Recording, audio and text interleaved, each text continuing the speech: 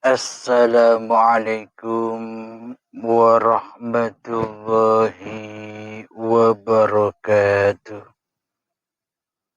Bismillahirrahmanirrahim. Ashhadu an la ilaha illallah wa ashhadu anna Muhammadur Rasulullah. Allahumma salli ala Sayyidina Muhammad wa ala ali Sayyidina Muhammad. Rabbis rahli sadri wa yassirli amri wahlul 'uqdatam min lisani yafqahu qawli. Amin. Bismillahirrahmanirrahim. Salam takzimku buat para sahabat-sahabatku tercinta dimanapun kalian berada, baik yang ada di dalam dan yang ada di luar negeri. Semoga kita semua tetap di dalam petunjuk Allah Subhanahu wa ta'ala. Amin ya rabbal alamin. Sebelum kita mulai di dalam pengkajian ini, tak lupa kita membaca salawat dhalimin daf'ul bala. Allahumma salli ala Sayyidina Muhammad wa ashghili zalimin bizzalimin. Allahumma salli ala Sayyidina Muhammad wa ashghili zalimin bizzalimin. Wa akhrijna min bainihim salimin wa ala alihi wa sahbihi ajma'in. Alhamdulillahi rabbil alamin. Dalam pagi Jumat yang indah ini, marilah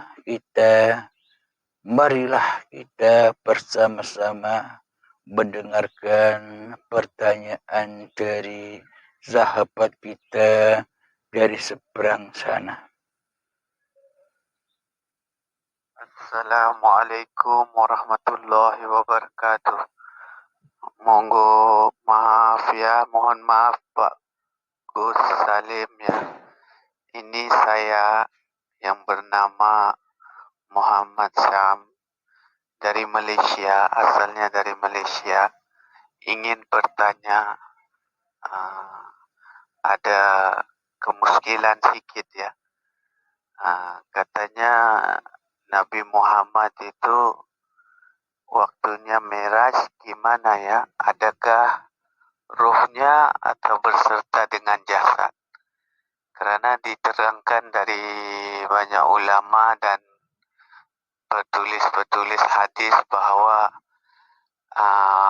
Nabi telah Mi'raj dan menjadi imam dari Masjidil Madinah ke Masjidil Haram dan dari Masjidil Haram ke Masjidil Aqsa. Dan apabila sampai ke Masjidil Aqsa, maka mengumpullah semua nabi-nabi dan nabi menjadi imam. Itu apa kiasannya? Dan adakah Nabi Muhammad itu Mi'raj, jumpanya Allah, Isra Mi'raj bersama ruh atau dengan jasadnya? Karena waktu dipulang, Hajar Fatimah memberitahu bantalnya lagi panas gitu. Jadi ini pertanyaan yang pertama ya. Jadi yang kedua itu apabila Nabi Muhammad itu Mi'raj, maka dijumpai banyak ahli surga dan ahli neraka. Gimana kalau dengan jasad, gimana jumpaan dan perjumpaan dengan ruh-ruh atau dengan orang-orang yang menerima nikmat di surga dan menerima siksaan di neraka ya. Jadi ini yang jadi kemuskilannya gimana ya. Jadi ini yang harus saya tahu. Mudah-mudahan Pak Gus Salim dapat menyelesaikan kemuskilan saya ini. Saya rasa bukan saya saja, banyak lagi di luar sana yang jadi kemuskilannya begini, bertanya-tanya. Jadi biar kita mengetahui rahasianya gimana itu. Karena Muhammadnya dalam diri atau diri dalam Muhammad itu gimana ya. Monggo, mohon maaf ya Pak. Assalamualaikum warahmatullahi wabarakatuh. Waalaikumsalam warahmatullahi wabarakatuh. Alhamdulillahirabbil alamin. Pertanyaan dari saudara kita dari negara Malaysia. Pertanyaan yang pertama, dengan adanya kisah Rasulullah sallallahu alaihi wasallam itu ketika Isra Mi'raj, apakah ketika Mi'raj kepada Allah, ketika perjalanan Isra kepada Allah itu disertai jasad dan rahim, atau apakah itu perjalanan roh saja? Jadi memang ini masih banyak perdebatan dan perdebatan. Bagi golongan ahli syariat yang mestinya perjalanannya dengan badan dan rohnya, itu bagi golongan syariat. Karena golongan syariat selama ini kan yang disembah, kan yang diabdi, kan yang dibanggakan, yang dimuliakan di dalam hatinya kan lagu-lagu syariatnya, lagu-lagu badaniahnya, lagu-lagu selama ini kan orang-orang kita golongan yang masih duduk di syariat saja seolah-olah badan-badannya lah yang berkuasa atas segala sesuatunya. Semua pandangan masih di dalam badannya yang bisa sholat. Di dalam pandangannya masih badannya yang bisa beribadah. Di dalam pandangannya masih badannya yang bisa bekerja. Di dalam pandangannya kan masih badannya yang bisa duduk, yang bisa berdiri, yang bisa mandi, yang bisa naik kereta atau naik motor, yang bisa naik kendaraan. Semuanya masih pencipta yang dilakukan oleh badan-badannya. Jadi semua keadaan, semua peristiwa itu masih berpulang rojiun kepada kulit. Rojiunnya hati masih kepada badannya. Seolah-olah badan-badan inilah yang berbuat. Seolah-olah badan-badan inilah sebagai pencipta semua keadaan-keadaan kita. Contoh ketika kita bangun dari tidur, seolah-olah badan inilah yang berperan atas bangun tidurnya badan. Ketika kita pergi ke masjid, seolah-olah badan-badan inilah yang berkuasa untuk pergi ke masjid. ketika kita pergi ke pasar untuk belanja makanan, seolah-olah semua ini perbuatan peristiwanya badan-badan kita. Ketika kita bekerja, seolah-olah badanlah yang berkuasa atas keadaan bekerja ini. Jadi semuanya serba badania. Tentunya bagi pemahaman orang-orang atau kita, saudara kita yang masih duduk di dalam syariat saja, tentunya pasti menuduh di dalam hatinya. Mestinya imannya, keyakinannya di dalam dadanya untuk mengimani Isra Mi'rajnya Kanjeng Nabi Muhammad, pastinya memahami dengan keadaannya sendiri, dengan hatinya sendiri, memahami apa isi Al-Quran itu dengan kesukaan, dengan kedudukan dirinya sendiri. Maknanya Nabi Muhammad Isra Mi'raj itu pasti bersama badannya.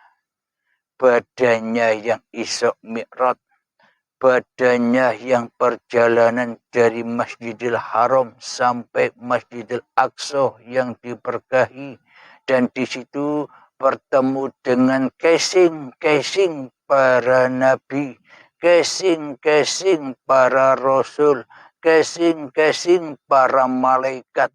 Tentunya sesebutan casing itu masih berlaku bagi kita, bagi saudara kita yang masih duduk di dalam taraf babagan syariat saja.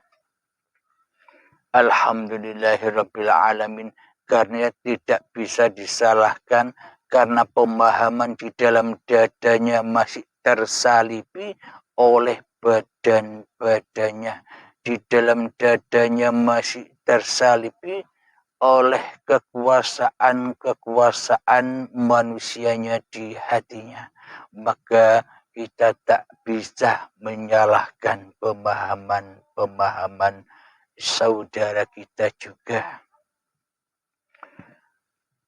Dan pemahaman Isra Mi'raj menurut sudut pandang hakikat dan ma'rifat, perjalanan Isra Mi'raj bagi orang-orang yang sudah duduk di dalam laku tasawuf, maka saudara-saudara kita yang duduk di dalamnya pasti mengimani, meyakini di dalam hatinya itu semua bukan perjalanan badan-badannya Rasulullah, akan tetapi itu perjalanannya roh, akan tetapi itu perjalanannya jiwa yang mi'raj sampai kepada Allah. Alhamdulillahirrabbilalamin. Jadi ini ada dua versi, ada dua sudut pandang. Yang satunya saudara kita yang masih duduk di dalam syariat mengimani, meyakini, mengakidai di dalam hatinya bahwa perjalanan Isra Mi'raj itu perjalanannya badan. Akan tapi bagi saudara kita yang sudah duduk di ahli syuhud atau ahli ma'rifat, mengimani, mengakidai di dalam hatinya bahwa perjalanan Isra Mi'raj itu adalah perjalanannya jiwa. Alhamdulillahirrabbilalamin. Jadi dua pendapat yang saling berseberangan selama ini coba saya satukan. Coba saya ahadkan pemahamannya. Bismillahirrahmanirrahim. Di sini kami mengambil sumber aslinya ayat yang mana menceritakan babakan Isra Mi'rajnya Kanjeng Nabi Muhammad sallallahu alaihi wasallam. A'udzu billahi minasyaitonir rajim. Bismillahirrahmanirrahim. Di dalam surat Al-Isra ayat yang pertama. Subhanalladzi asra bi'abdihi laylan minal masjidil harami ilal masjidil aqsa إلى المسجد الأقصى الذي باركنا حوله لنريه من آياتنا إنه هو السميع البصير, yang artinya Maha Suci Allah yang telah memperjalankan hambanya pada malam hari dari Masjidil Haram sampai kepada Masjidil Aqsa yang telah kami berkahi sekelilingnya, agar kami perlihatkan kepadanya sebagai tanda-tanda kebesaran kami. Sesungguhnya Dia Maha mendengar dan Maha melihat. Shadaqallahul azim. Di sini ayatnya Subhanalladzi asra bi'abdihi. Bi'abdihi di sini kebanyakan para ahli tafsir seluruh dunia merujukkan, mensandarkan bi'abdihi ini hanya kepada sosok, casingnya, badannya, raganya, junjungan kita Kanjeng Nabi Muhammad sallallahu alaihi wasallam, yang manusia satu-satunya yang bisa Isra dan Mi'raj. Jadi anggapan seluruh manusia sedunia menafsirkan Isra Mi'raj itu hanyalah perjalanan junjungan kita Kanjeng Nabi Muhammad sallallahu alaihi wasallam saja. Selain Kanjeng Nabi Muhammad, tak ada ceritanya yang bisa Isra dan Mi'raj. Alhamdulillahirabbil alamin. Bila memang perjalanan Isra dan Mi'raj yang bersumber dari Al-Quran ayat Al-Isra ayat yang pertama ini memang hanya untuk Kanjeng Nabi Muhammad saja, khusus untuk badan-badannya Kanjeng Nabi Muhammad saja, khusus untuk nama Kanjeng Nabi Muhammad bin Abdullah saja, mestinya ayatnya berbunyi demikian. Bismillahirrahmanirrahim. Subhanalladzi asra bi Muhammadin bin Abdullah. Maha suci Allah yang telah memperjalankan Muhammad bin Abdullah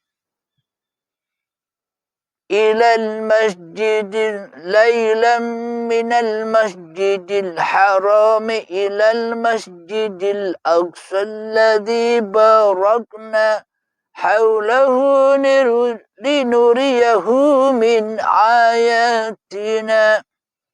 Perjalanan bodinya, perjalanan badannya, perjalanan Muhammadnya dari Masjidil Aqsa sampai ke perjalanan dari Masjidil Haram sampai ke Masjidil Aqsa yang diberkahi sekelilingnya. Jadi kalau memang ayat di dalam Al-Isra ini dikhususkan untuk body, untuk raga, untuk badan-badannya Kanjeng Nabi Muhammad saja. Tentunya ayatnya kan bilang demikian. Subhanalladzi asra bi Muhammadin bin Abdullah. Akan tetapi kita ketahui bersama di dalam ayatnya itu berbunyi Bismillahirrahmanirrahim. Subhanalladzi asra bi abdihi. Maha suci Allah yang memperjalankan hamba-hambanya. Hambanya di sini kan berarti hamba-hamba Allah. Hamba-hamba Allah itu siapa? Ciptaan-ciptaan Allah itu siapa? Kekasih-kekasih Allah itu siapa? Yang dijaga Allah itu siapa? Yang dicukupi oleh Allah itu siapa? Yang dipelihara oleh Allah itu siapa? Abdunnya Allah itu siapa?